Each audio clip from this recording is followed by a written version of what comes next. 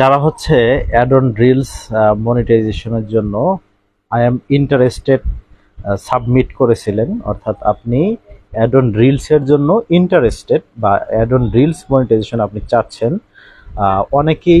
অনেকেরই কিন্তু এই যে পিছনে যেটা আছে দেখতে পাচ্ছেন যে এরকম নোটিফিকেশন আসছে বা দেওয়া হয়েছে ফেসবুক থেকে, যেটার অর্থ হচ্ছে যে এই মুহূর্তে আপনি অ্যাভেলেবেল না, তবে আমরা হচ্ছে যে কাজ করতেছি অল ক্রিয়েটর। দেখেন, অল ক্রিয়েটর হচ্ছে এই অ্যাড অন রিলস মনিটাইজেশনটি পাবে।